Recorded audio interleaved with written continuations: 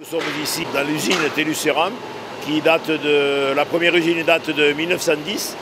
Par contre, celle-ci, elle a été reconstruite, c'est l'emplacement d'origine qui a été reconstruit, qui date maintenant des années 1972. Donc l'usine, finalement, c'est une usine ancienne, mais qui n'est pas vieille, finalement. Elle est relativement récente, avec des équipements assez modernes, assez techniques. Cette machine, c'est une Rolls-Royce, elle fait énormément de choses. C'est une des machines les plus productives dans l'usine. Ah oui, mais je l'aime bien ma machine, oui, elle marche bien, c'est bien. C'est une bonne machine. Donc cette usine, elle est née de la volonté de fabriquer des briques pour les fours de la sidérurgie locale sur le Fumélois, qui est née, elle, dans les années 1850. Dans les années 1970, il y a eu un moment fastueux de l'entreprise métallurgique sur le Fumélois.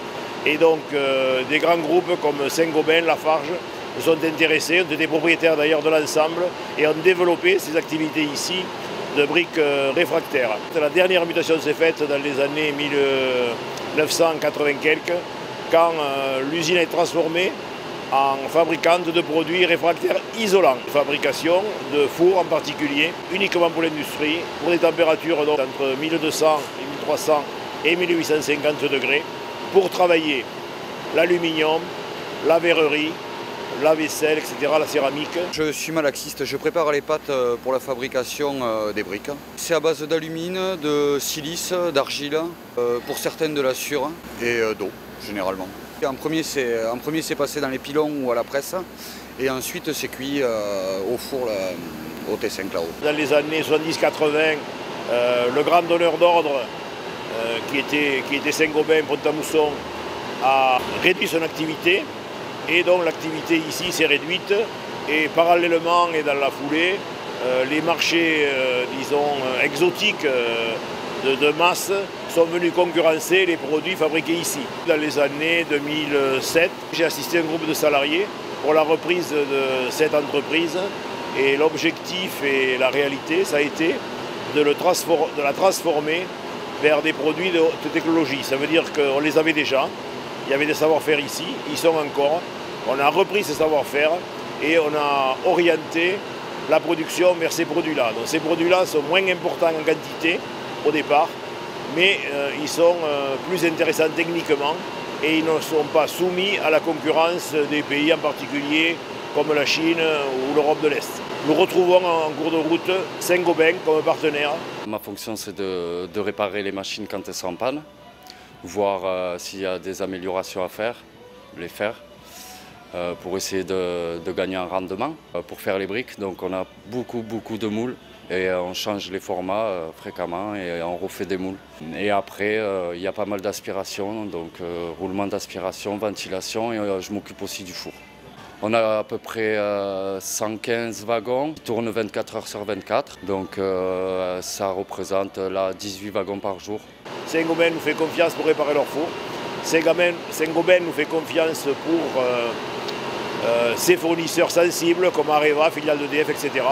Donc nous sommes dans ce type de produit, nous sommes liés évidemment par des confidentialités, je n'en dirai pas plus dans ce domaine-là. Nous sommes en permanence dans la recherche et développement.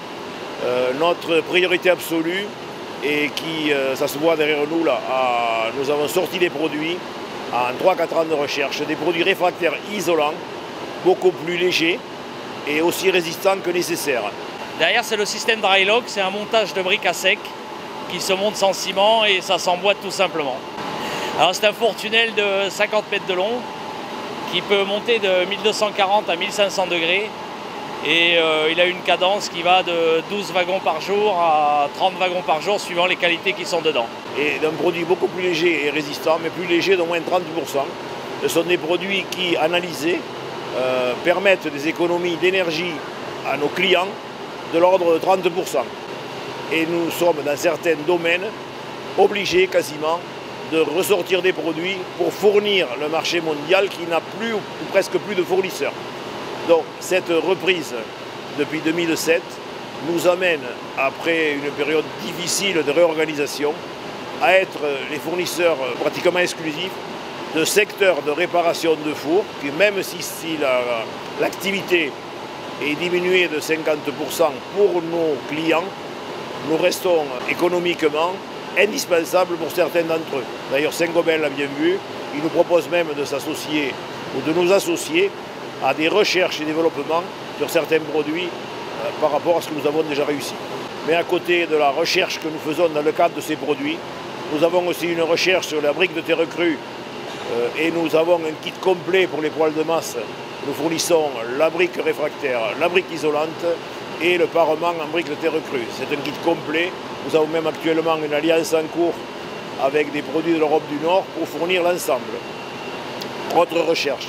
Nous sommes depuis 4-5 ans en recherche sur des produits de céramisation de déchets industriels. Les déchets industriels, nous avons de grands partenaires, le CNRS, les universités. Nous sommes même retenus par l'Europe sur un programme et d'ailleurs dans quelques jours se passera ici un événement de réputation européenne avec des partenaires comme Arcelor, etc. qui viennent mettre en commun nos connaissances et les leurs.